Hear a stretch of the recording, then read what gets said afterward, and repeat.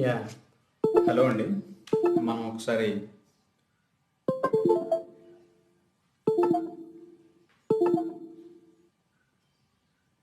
Indian అగ్రికల్చర్కి సంబంధించినటువంటి భారతదేశ వ్యవసాయ రంగంలో స్మాల్ ఫార్మర్స్ యొక్క ఇంపార్టెన్స్ ఏ విధంగా ఉంది అనే దానికి సంబంధించినటువంటి వరుస క్లాసులు మనం చెప్తున్నాము. సో దీనికి సంబంధించినటువంటి ఇంకొక ఇంపార్టెంట్ క్లాస్ మీరు ఒకసారి గమనిస్తే, స్మాల్ ఫార్మర్స్ అనే వాళ్ళ యొక్క ఇంపార్టెన్స్ ఏ విధంగా ఉంది భారతదేశ ఆర్థిక వ్యవస్థలో, భారతదేశ ఎకానమీలో ఏ విధంగా వాళ్ళ రోల్ ఉంటుంది అనేది మనం ఒకసారి డీటెయిల్డ్గా పరిశీలిస్తే,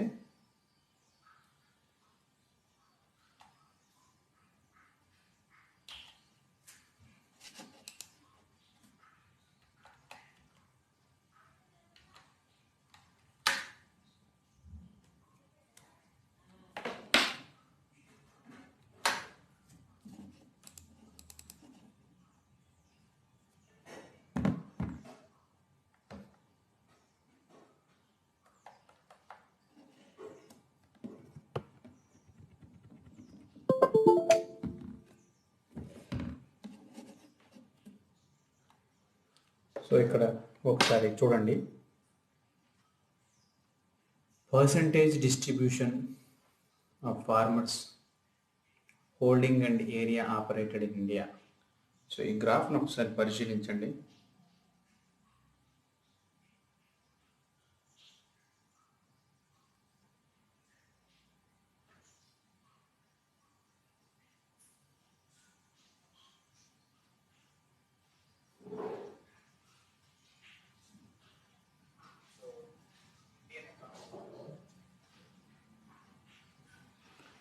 గ్రాఫ్ను ఒకసారి చూస్తే, మార్జినల్ ఫార్మర్స్ ఎవరైతే ఉన్నారో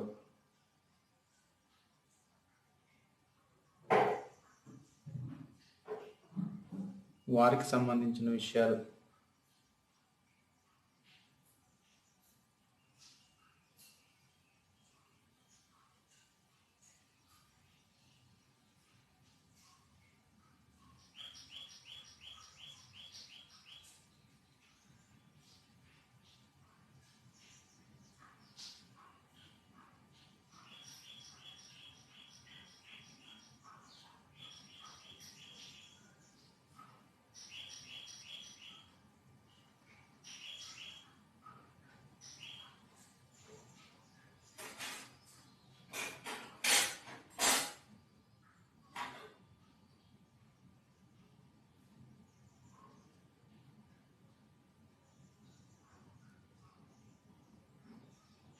ఇక్కడ ఒకసారి చూస్తే,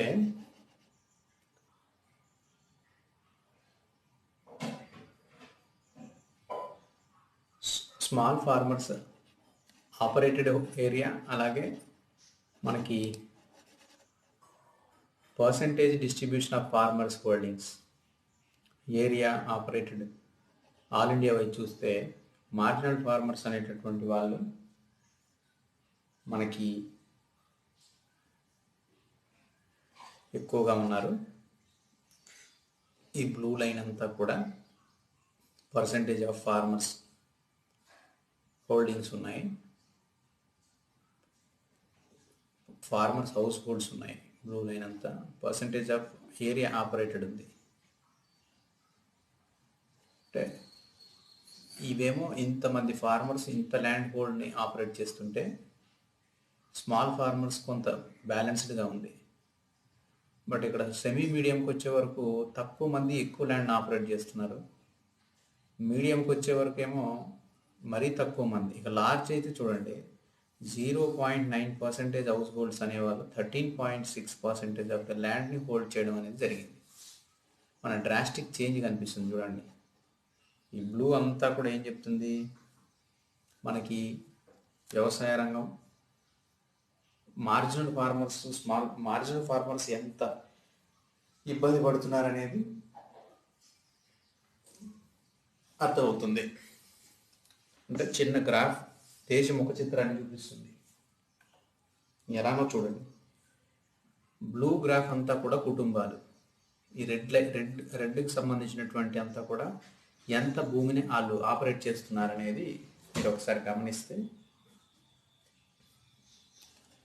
ఇంతమంది ఫార్మర్స్ అంటే దాదాపు 65.54 ఇన్ని కుటుంబాలు ఇగో ఇంత ల్యాండ్ని సాగు చేస్తుంటే, స్మాల్ ఫార్మర్స్ ఇంతమంది ఉన్నారు, ఇన్ని కుటుంబాలు ఉన్నాయి, ఈ సైజులో ల్యాండ్ని వాళ్ళు ఆపరేట్ చేస్తున్నారు. వీళ్ళేమో ఈ సైజులో ఉన్నారు. సెమీ మీడియం లార్జ్ వచ్చే వరకు మాత్రం అమాంతంగా కుటుంబాలు తక్కువ, వాళ్ళు సాగు చేస్తున్నటువంటి ల్యాండ్ సైజ్ అనేది చాలా ఎక్కువగా ఉండడాన్ని మీరు గమనించాలి. కుటుంబాలేమో తక్కువ, వాళ్ళు ఆపరేట్ చేస్తున్నటువంటి ల్యాండ్ హోల్డింగ్ సైజ్ అనేదేమో ఎక్కువగా ఉంది.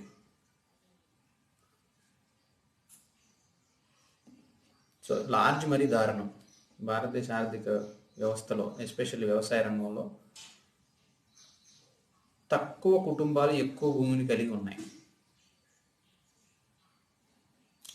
సో ఇది percentage distribution of farmers holdings and area operated all India wise. భారతదేశ ఆర్థిక వ్యవస్థ వ్యవసాయ రంగంలో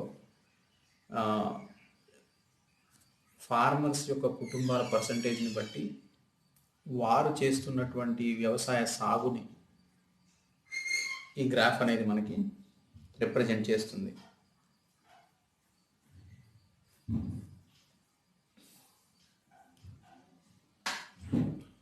రోల్ ఆఫ్ స్మాల్ హోల్డర్స్ ఒకసారి గమనిస్తే,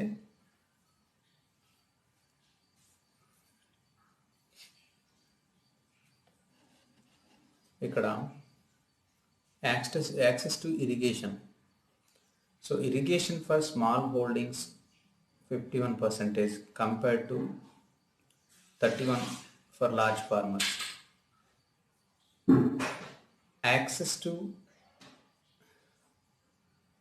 Access to fertilizers area under HYV, highly yield variety seeds అంటారు, వెరైటీ ప్రోగ్రామ్ అంటారు.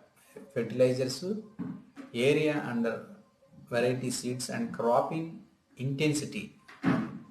It is inversely related to farm size.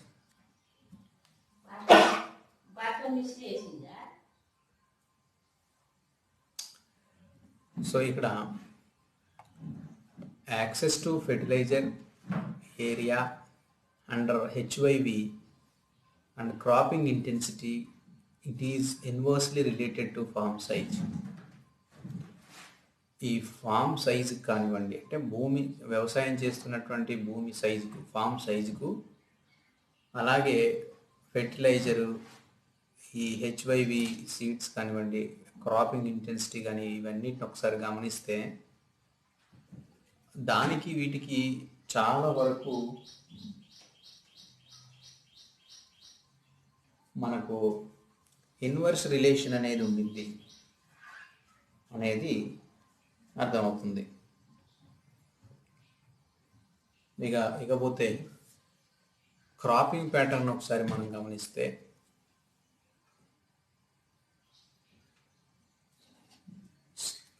Small and marginal farmers grow high value crops.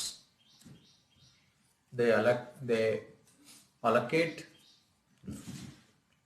large proportion of land to high value crops like fruits and vegetables, and also to rice and wheat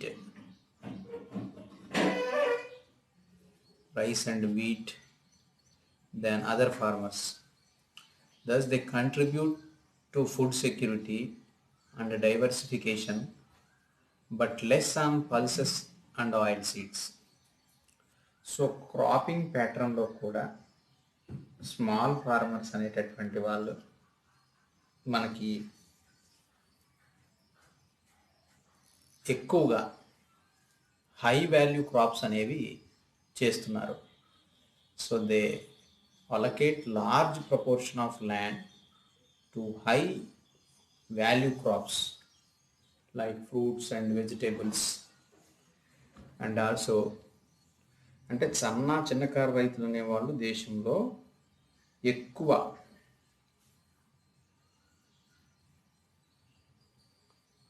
value ఉన్నటువంటి fruits అలాగే vegetables అనేటటువంటివి ఇక్కడ ఉపయోగిస్తున్నారు అనేది గుర్తుపెట్టుకోవాలి.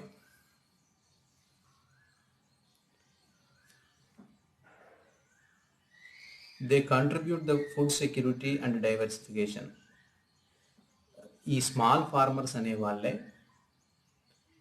మనకి వ్యవసాయ రంగంలో ఆహార భద్రతకు కానీ అలాగే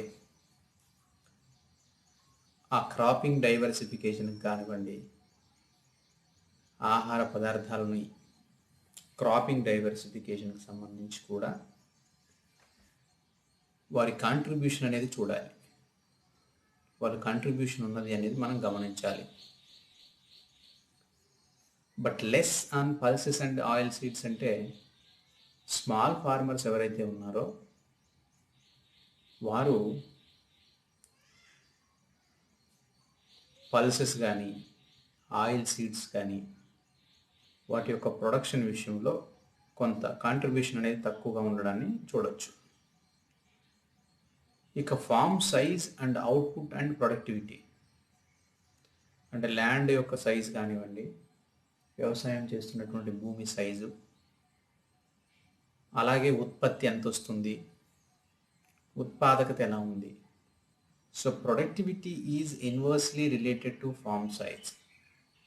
అంటే భూమి సైజుకు అలాగే ఉత్పాదకతకు విలోమ సంబంధం అనేది ఉండింది.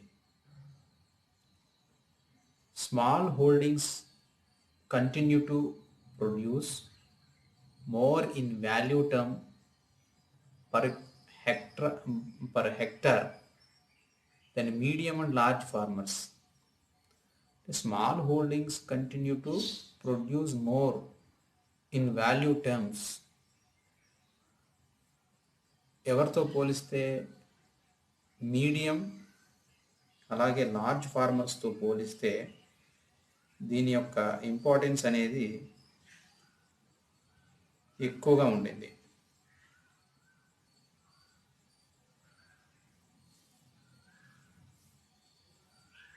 So role of small holders ఎవరైతే ఉన్నారో ద యాక్సెస్ టు ఇరిగేషన్ ఏదైతే ఉందో, ఇరిగేషన్ ఫర్ స్మాల్ హోల్డింగ్స్ 51%, అలాగే లార్జ్ ఫార్మర్స్తో పోల్చినప్పుడు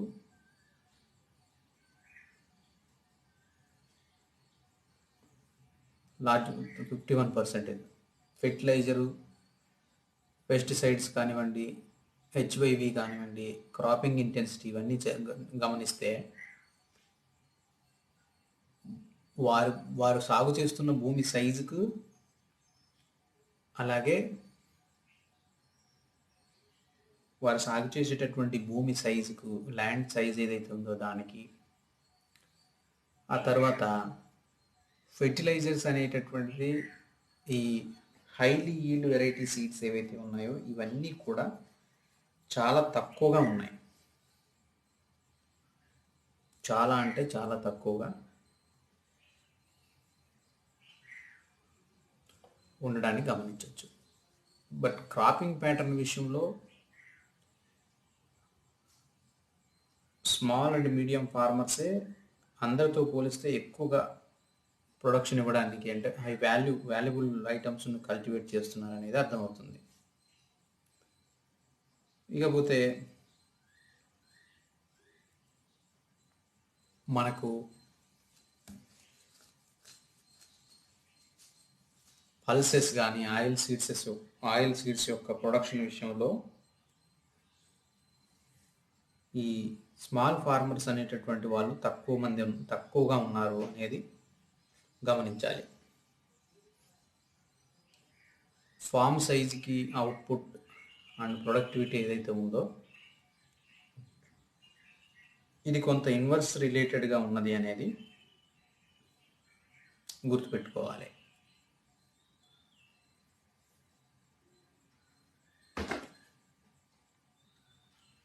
ఇక్కడ చూడండి, value of output per hectare.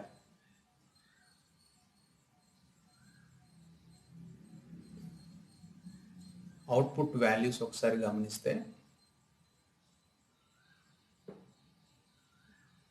2002 to 2003 data. Small అంటే marginal, small, semi marginal,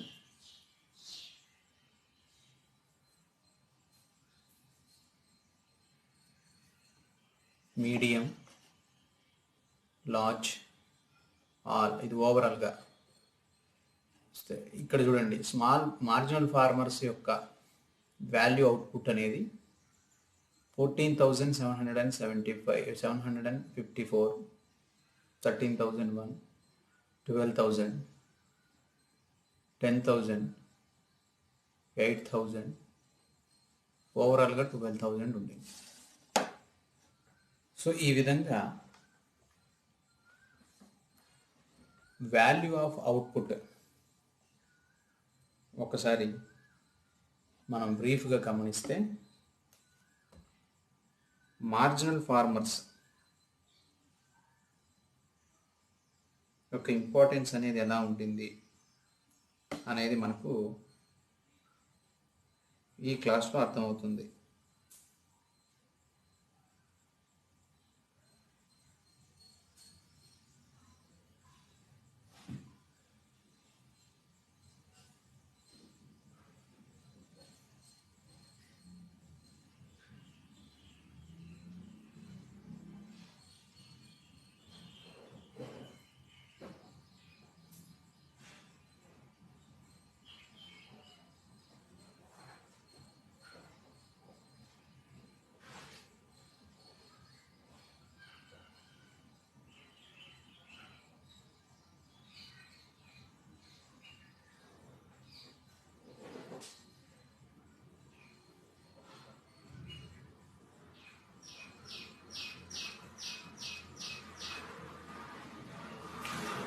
so ఈ విధంగా మనకి దేశంలో వాల్యూ అవుట్పుట్ అలాగే హెక్టార్స్ అనేవి పర్ హెక్టార్ చూసినట్లయితే ఈ విధంగా ఉంది వాల్యూ అవుట్పుట్ అనేది. Share of output for marginal, small, medium and large ఫార్మర్స్ను ఒకసారి గమనిస్తే, share of output marginal farmers కానివ్వండి, స్మాల్ ఫార్మర్స్ కానివ్వండి, లార్జ్ ఫార్మర్స్ కానివ్వండి. సో వాటిని గమనిస్తే మనకి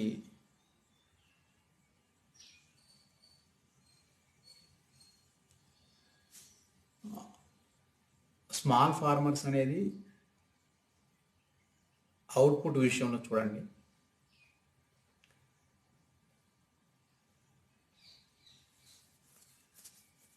49%తో మీడియం అండ్ లార్జ్ ఫార్మర్స్ అనేవాళ్ళు అవుట్పుట్ షేరింగ్లోను, 29% ఏమో మార్జినల్ ఫార్మర్స్ ఉన్నారు, అలాగే 22% ఏమో స్మాల్ ఫార్మర్స్ ఉన్నారు.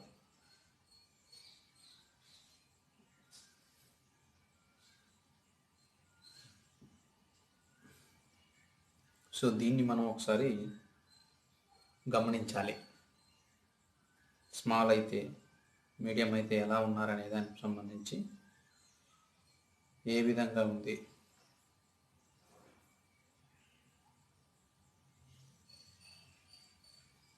అనే దానికి సంబంధించినటువంటి video.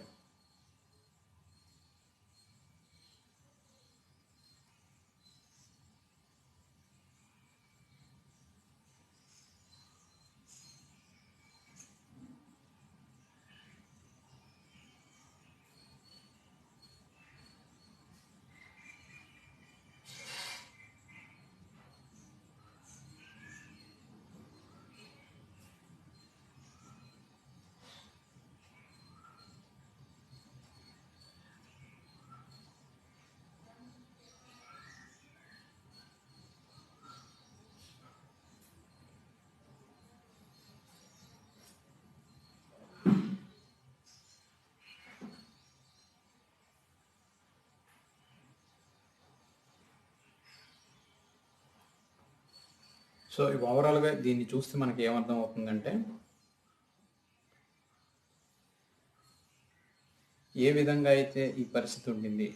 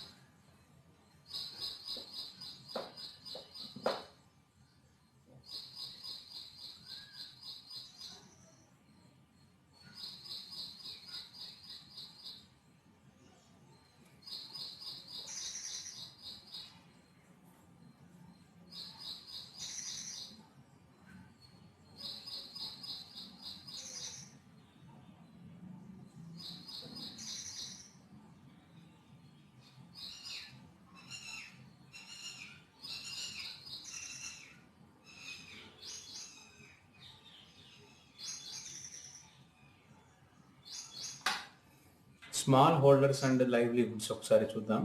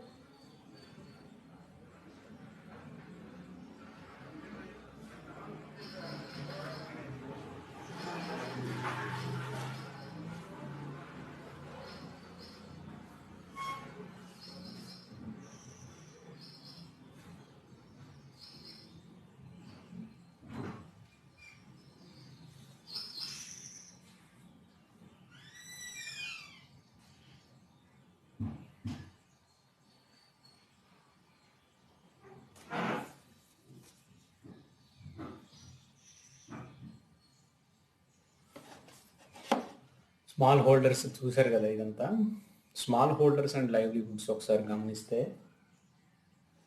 Around 98 millions out of 120 million farms holdings are small and marginal farmers అన్నాం. So therefore their performance is crucial for livelihoods.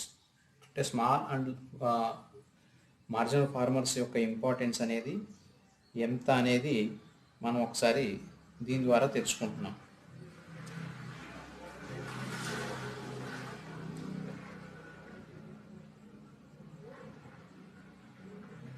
అయితే అరౌండ్ 98 మిలియన్ 120 మిలియన్ ఫార్మ్స్ ఎవరైతే ఉన్నారో, అంటే మొత్తం 128లో ఆల్మోస్ట్ 98 దేశ ఆర్థిక వ్యవస్థ, దాని లైవ్లీహుడ్కు ఈ వ్యవస్థే క్రూషియల్ అనేది మనం గుర్తుపెట్టుకోవాలి. So it is true that small holders have higher productivity than large holders. So small holders and small farmers ఎవరైతే ఉన్నారో, చిన్న సన్నకారు రైతులు, వారి యొక్క ప్రొడక్షన్ అనేది కంపేర్ టు లార్జ్ ఫార్మర్స్, వాళ్ళతో పోలిస్తే వీరి యొక్క ప్రొడక్టివిటీ అనేది ఎక్కువగా ఉంది అనేది గుర్తుపెట్టుకోవాలి.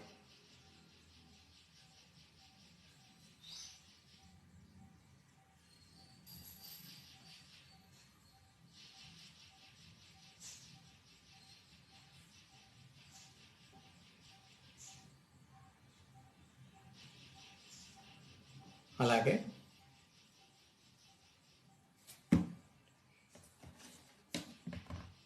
but it is sustainable because consumption expenditure of small and marginal farmers exceeds their estimated income from agriculture plus non-agriculture by a substantial margins, and the deficit have to plugged by borrowings. According to 2003 NSS data, marginal farmers monthly consumption 2,482 and monthly income 1,659. చూడండి, 2003 NSS data ప్రకారం national sample survey వాళ్ళు వ్యవసాయ రంగంలో ఉన్నటువంటి అంటే consumption కానీ ఇన్కమ్కి సంబంధించి సేవింగ్స్కి సంబంధించి ఇలా రకరకాల విషయాల్లో మనకి డేటా ఇస్తుంది నేషనల్ శాంపిల్ సర్వే అనేటటువంటి వాళ్ళు. వారి డేటా ఆధారంగా 2003 ప్రకారము మార్జినల్ ఫార్మర్ మంత్లీ కన్జంప్షన్ అంటే ఉపాంత లేబర్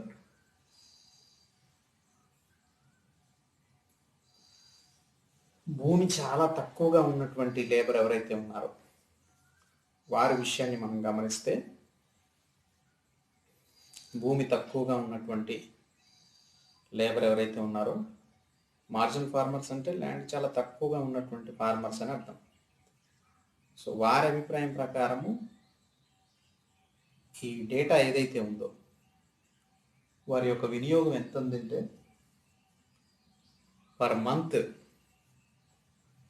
2,482 రూపీస్ ఉంది. మరి ఖర్చు ఎంత పెడుతున్న, వారి ఇన్కమ్ ఎంత ఉంది అనేది ఒకసారి చూడండి. ఇక్కడ ఇన్కమ్ ఏమో 2,482 ఉంది, ఇన్కమ్ ఏమో 1,659 ఉంది. రిమైనింగ్ 823 రూపాయలు అనేది వారికి అప్పు అవ్వాలి. అంటే కన్జంప్షన్ ఇన్కమ్ జనరల్గా మనం ఆదాయం వినియోగం గురించి మాట్లాడినప్పుడు వినియోగం అనేది డెఫినెట్గా ఆదాయం కంటే ఎక్కువగానే ఉంటుంది. అంటే జనరల్గా వినియోగం అనేది ఆదాయం మీద ఆధారపడి ఉంటుంది. ఇప్పుడు ఆదాయం పెరిగింది అనుకోండి, వినియోగం కూడా పెరుగుతుంది. బట్ ఆదాయం తగ్గితే వినియోగం కూడా తగ్గుతుంది. బట్ ఇక్కడ ఏంటి అంటే అసలు ఆదాయం లేకపోయినా కూడా వినియోగం అనేది ఉంటుంది.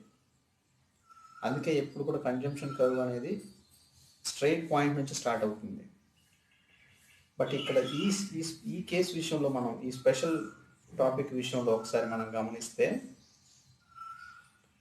ఇక్కడ మార్జినల్ ఫార్మర్స్ అనేటటువంటి వాళ్ళు ఎవరైతే ఉన్నారో, సో ఈ మార్జినల్ ఫార్మర్స్ వల్ల మరి ఎలాంటి పరిస్థితులు ఉంటాయి అనేది ఒకసారి గమనించాలి. ఒకసారి వీటిని మనం గమనిస్తే వారి యొక్క ఆదాయం కంటే కూడా వారి కన్జంప్షన్, మంత్లీ కన్జంప్షన్ అనేది ఎక్కువగా ఉంది, ఇన్కమ్ తక్కువగా ఉంది. ఆ రిమైనింగ్ అంతా కూడా వాళ్ళు ఎక్కడి నుంచి సమకూర్చుకుంటారు అనేది మనం తర్వాత అంటే డిస్కస్ చేద్దాం. లార్జ్ ఫార్మర్స్ కన్జంప్షన్ చూడండి, లార్జ్ ఫార్మర్స్కి సంబంధించిన కన్జంప్షన్ ఏమో 6,418 రూపాయలు ఉంటే వారి ఇన్కమ్ 9,667. సో ఇక్కడ లార్జ్ ఫార్మర్స్కి ఏమో వారి ఇన్కమ్ ఏమో ఎక్కువగా ఉంది, కన్జంప్షన్ తక్కువ ఉంది. మార్జినల్ ఫార్మర్స్కి ఏమో దేశంలో వారి ఇన్కమ్ తక్కువ, కన్జంప్షన్ అనేది ఎక్కువ. సో కాబట్టి వీళ్ళు మళ్ళీ తిరిగి అప్పుల్లో పడి ప్రాబ్లమ్స్ని ఫేస్ చేయడం జరుగుతుంది. ఇకపోతే all India wise income consumption ఎక్స్పెండిచర్ని ఒకసారి చూడండి.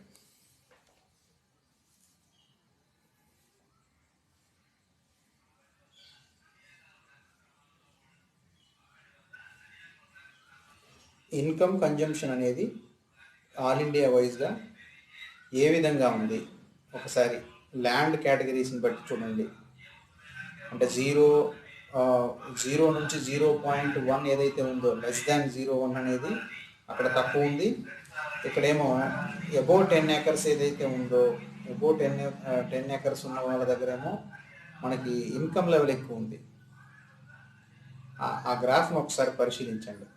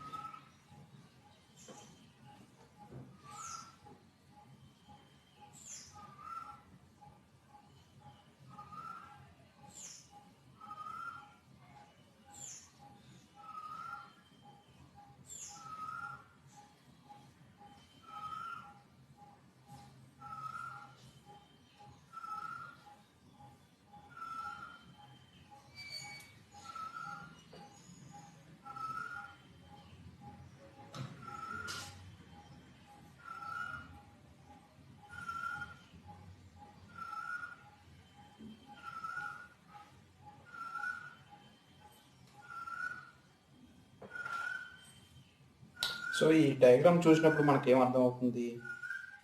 భూమి తక్కువ ఉన్నటువంటి వాళ్ళకి, ల్యాండ్ సైజ్ తక్కువగా ఉన్నటువంటి వాళ్ళకేమో కన్జంప్షన్ అనేది ఇద్దరికీ సేమ్ మొదలైంది. కానీ ల్యాండ్ సైజ్ పెరుగుతున్న కొద్దీ కొంత వాళ్ళకేమో ఇన్కమ్ అనేది, ఇక్కడ ఈ ల్యాండ్ సైజ్ అనేది ఇదేమో కన్జంప్షన్, ఈ రెడ్ కలర్లో ఉన్నదంతా, ఈ బ్లూ లైన్లో ఉన్నదంతా కూడా ఇన్కమ్. ఇదే ఈ ల్యాండ్ కేటగిరీ. ఇది బిలో 1 acre కంటే 1 hectare కంటే తక్కువ ఉన్న వాళ్ళు వీళ్ళంతా 1 to 4 మధ్యలో ఉన్నవాళ్ళు. ఇది ఇది ఇది ఇది ఒక రకమైనటువంటి క్లాసిఫికేషన్. ఇదేమో 2 to 4. సో ఈ విధంగా మనం చూస్తే వారి ఇన్కము కన్జంప్షను, మొదట ఇన్కమ్ అందరికీ కూడా తక్కువగానే ఉంది. అంటే ఇన్కమ్ కన్జంప్షన్ అనేది స్టార్టింగ్ పాయింట్ నుంచి పోయినా ఇలా వెళ్తున్న కొద్దీ కన్జంప్షన్ అనేది విపరీతంగా పెరిగింది. ఇన్కమ్ అనేది లార్జ్ ఫార్మర్స్కి పెరుగుతుంది, బట్ కన్జంప్షన్ అనేది వాళ్ళది తగ్గుతుంది. ఇక్కడ గమనిస్తే చిన్న సన్నకారు రైతులకేమో ఇన్కమ్ అనేది తక్కువగా ఉంది, కన్జంప్షన్ అనేది దానికంటే ఎక్కువగా ఉంది. అంటే ఆదాయం కంటే వినియోగం, ఖర్చు అనేది ఎక్కువగా ఉంది. ఈ లార్జ్ ఫార్మర్స్ విషయానికి వచ్చేవరకేమో కన్జంప్షన్ తక్కువగా ఉంది, ఇన్కమ్ అనేది ఎక్కువగా ఉండడాన్ని మనం గమనించాలి. ఇక issues and challenges for small farmers. ఏం ఇష్యూస్ ఉన్నాయి, ఏం ఛాలెంజెస్ ఉన్నాయి అనేది ఒకసారి మనం గమనించినట్లయితే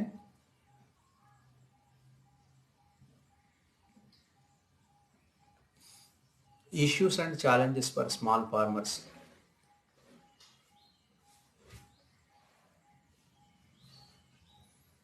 The 11th 5 years plan says the agricultural strategy must focus on the 85% of the farmers who are small and marginal, increasingly female, and who find it difficult to access inputs, credit, and extension or to market their output. So 11వ పంచవర్ష ప్రణాళిక ఏం చెప్తుంది? Agriculture strategy must focus on 85% of the farmers who are small and marginal ఉన్నారు కదా, వారి యొక్క అంటే ఫీమేల్ కానీ, who find it difficult to access inputs, ఆ ఇన్పుట్స్ తీసుకునే విషయంలో కానివ్వండి, అలాగే క్రెడిట్ ఎక్స్టెన్షను ఏదైతే ఉందో ఈ మార్కెట్ అవుట్పుట్ ఇదంతా కూడా చూడాల్సినటువంటి అవసరం ఉంది. అలాగే while some of these farmers may ultimately exit from farming,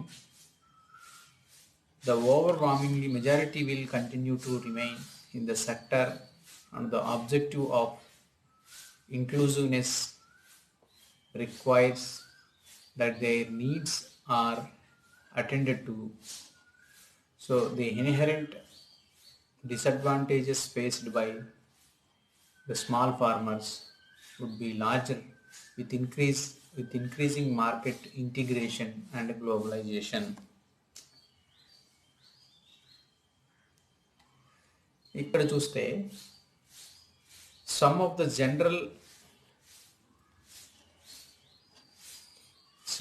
general issues that confront smallholders are imperfect markets for inputs or products, leading to small value realizations. So the absence of access to credit markets, imperfect credit markets leading to suboptimal investment decisions. So input applications, poor human resource base, small access to extension services and technology, poor access to public goods such as public irrigation, command area development, electricity grid. Key issues and challenges are following role of women. So ఈ విధంగా small and large ఫార్మర్స్కి ఎక్కువగా importance ఉండేటటువంటి విధానాన్ని కొనసాగించాలి. Challenges of small holders. ఏం challenges face చేస్తున్నారు వ్యవసాయ రంగంలో చిన్న సన్నకారు రైతులు అనేది ఒకసారి మీరు చూస్తే, social groups, especially scheduled cost and scheduled tribes అనే వాళ్ళు ఎక్కువగా ఉంటారు దీంట్లో. తర్వాత ల్యాండ్ ఇష్యూస్ ఏంటి అంటే land and tenancy security. Land విషయానికి వస్తే స్మాల్ అండ్ మార్జినల్ ఫార్మర్స్ ఎవరైతే ఉన్నారో దేశంలో స్మాల్ అండ్ మార్జినల్ ఫార్మర్స్ ఎవరైతే ఉన్నారో వారి విషయాన్ని గమనిస్తే మెజారిటీగా ఉన్నటువంటి వ్యక్తులు ఎవరు అంటే మనకి షెడ్యూల్డ్ కాస్ట్ అలాగే షెడ్యూల్డ్ ట్రైబ్స్ అనేటటువంటి వాళ్ళు ఉండడాన్ని గమనించవచ్చు. అలాగే ల్యాండ్ ఇష్యూస్లో వస్తే టెనెన్సీ సెక్యూరిటీస్ అంటే దాన్ని ఏమంటారు, కౌలు భద్రత. ఎవరైతే కౌలుకు చేస్తున్నారో రైతులు చాలా వరకు కౌలుకు వ్యవసాయం చేస్తుంటారు. ఇక్కడ land issues, land and tenancy security ఉంది. ఈ టెనెన్సీ సెక్యూరిటీ అనేది ఇప్పించాలి. లో level of formal education and skills. ఈ స్మాల్ హోల్డర్స్ ఎవరైతే ఉన్నారో దేశంలో ఉన్నటువంటి స్మాల్ హోల్డర్స్కి లో లెవెల్ ఆఫ్ ఫార్మల్ ఎడ్యుకేషన్ అనేది స్కిల్స్ అనేవి ఉన్నాయి. అంటే విద్య కానీ ఎడ్యుకేషనల్ స్కిల్స్ కానీ ఇవన్నీ కూడా ఫార్మర్స్కి తక్కువగా ఉన్నాయి. సో దానివల్ల కూడా వారు ఈ ఇబ్బందులను ఫేస్ చేయడం అని గమనిస్తున్నాం.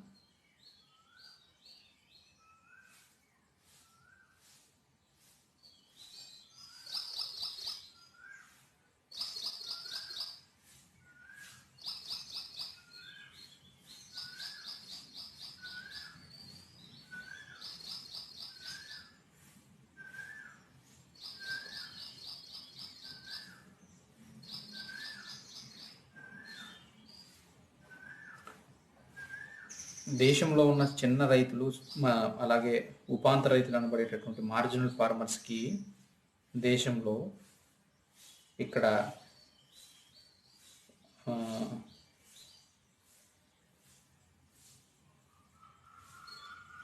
ఈ విద్య అలాగే ఇతరత్ర వ్యవసాయానికి సంబంధించినటువంటి స్కిల్స్ ఏవైతే ఉన్నాయో వాటిని ప్రభుత్వం ఎక్కువగా ఫోకస్ పెట్టి వారి డెవలప్మెంట్కి కృషి చేయాల్సినటువంటి అవసరం ఉంది.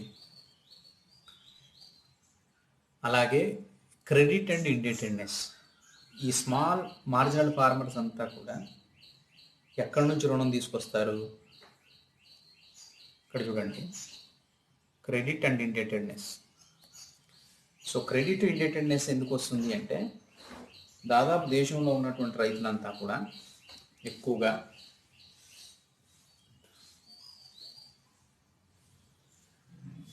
అగ్రికల్చర్కి సంబంధించినటువంటి రుణాలన్నీ కూడా ప్రైవేట్ వ్యక్తుల దగ్గర నుంచి తెచ్చుకుంటారు. సో ప్రైవేట్ వ్యక్తుల దగ్గర నుంచి తీసుకురావడం వల్ల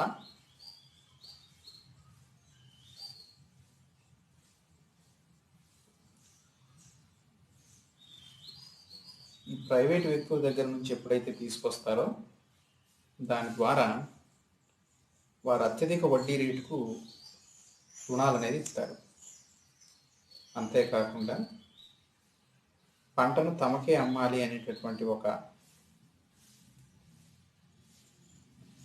షరతు కూడా పెడతారు. దాని ద్వారా ఏమవుతుందంటే,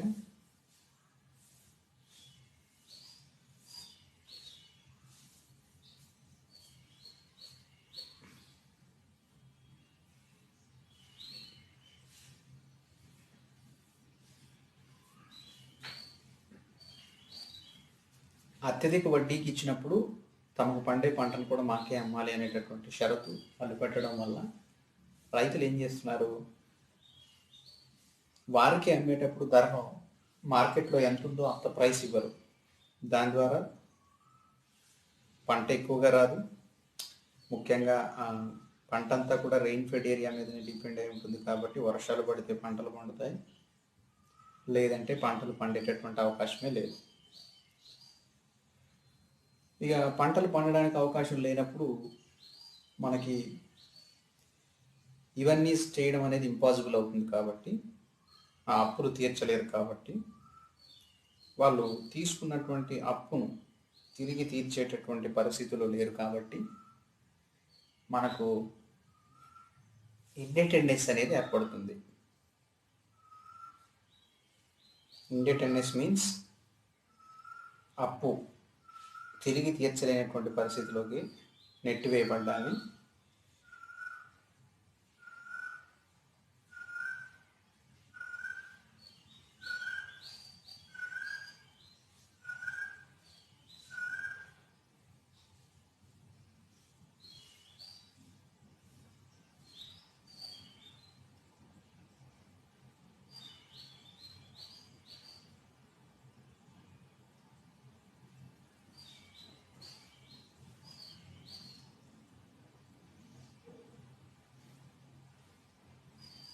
తిరిగి తీర్చలేని పరిస్థితిలో ఏర్పడేటటువంటి దాన్ని ఏమంటారు అంటే మనకి ఇండిపెండెన్స్ అంటారు. గ్లోబలైజేషన్ ఛాలెంజెస్, అలాగే volatility in international price,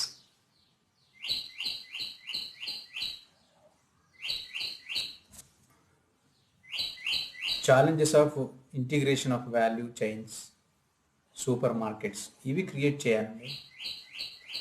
globalisation challenges ఎక్కువగా ఫేస్ చేస్తున్నారు ఈ స్మాల్ ఫార్మర్స్ అనేది. ఈ volatility in international prices, challenges of integration of value chains, supermarkets, ఇవన్నింటి నుంచి కూడా విపరీతమైన ఛాలెంజెస్ని ఫేస్ చేస్తున్నారు వీళ్ళు స్మాల్ హోల్డర్స్ అనేవాళ్ళు. So the impact of climate change, water problems, diversification challenges, risk and vulnerability. So ఇవన్నీ కూడా భారతదేశంలో ఉన్నటువంటి చిన్న సన్నకారు రైతులు ఫేస్ చేసేటటువంటి ప్రాబ్లమ్స్ ఆర్ ఛాలెంజెస్ అని చెప్పొచ్చు. ఎస్పెషల్లీ దీంట్లో క్రెడిట్ కానీ ఇండిపెండెన్స్ కానీ, అంటే అప్పుల పాలవడం, సూసైడ్స్ చేసుకోవడం అనేది మనం ఎక్కువ చూస్తాం. రైతులు ప్రధానంగా ఏం చేస్తారు, ఎక్కడి నుంచి అయితే తీసుకొస్తారో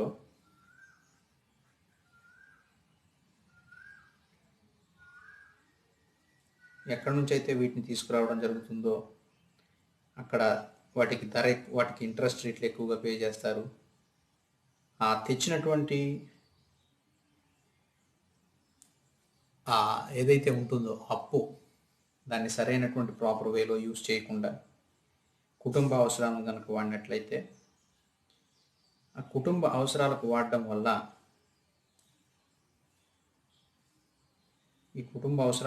వల్ల ఏమవుతుంది, వాటిని తిరిగి పే చేసేటటువంటి పరిస్థితి ఏమీ ఉండదు. సో కాబట్టి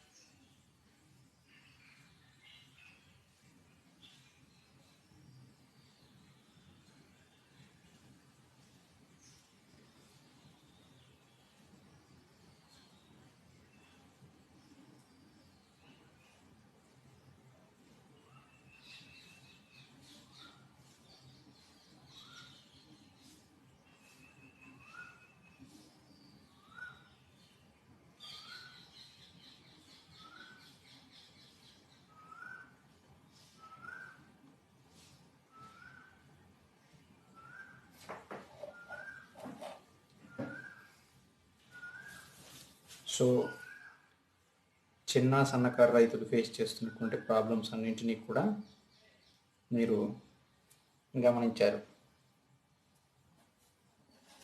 వాటర్ ప్రాబ్లమ్స్ ఉన్నాయని, డైవర్సిఫికేషన్ ఛాలెంజెస్ ఉన్నాయని, అలాగే రిస్క్ అన్సర్టైనిటీ అనేది, వల్నరబిలిటీ అనేవి ఉన్నాయనేది, ఇవన్నింటినీ కూడా మనం గమనించాం. సో దీని ద్వారా చిన్న సన్నకారు రైతులు దేశంలో ఫేస్ చేస్తున్నటువంటి ఎన్నో రకాలైనటువంటి సమస్యలను మనం ఇక్కడ వివరించడం జరిగింది.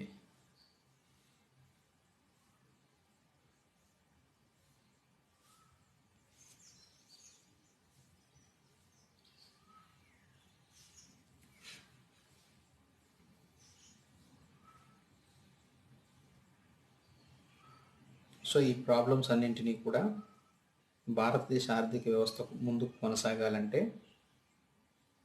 ఈ సమస్యలన్నింటినీ కూడా మరి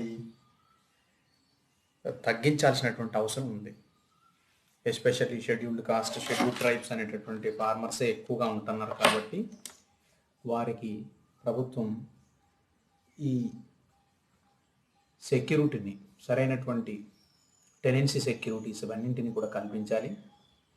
అలాగే low level of farmer education skills ఉన్నాయి కాబట్టి ఆ ఎడ్యుకేషనల్ స్కిల్స్ని కూడా పెంచాలి. అలాగే క్రెడిట్ ఇండెటెడ్నెస్ ఏవైతే ఉన్నాయో వాటిని కూడా ఇక్కడ మనకి పెంచాల్సినటువంటి అవసరం ఉంది. గ్లోబలైజేషన్ ఛాలెంజెస్ ఉన్నాయి, అలాగే క్లైమేట్ చేంజెస్ ఉన్నాయి, వాటర్ ప్రాబ్లమ్స్ ఉన్నాయి, మరి పంటల మార్పిడి విషయంలో డైవర్సిఫికేషన్ ప్రాబ్లమ్స్ ఉన్నాయి, అలాగే ఇక్కడ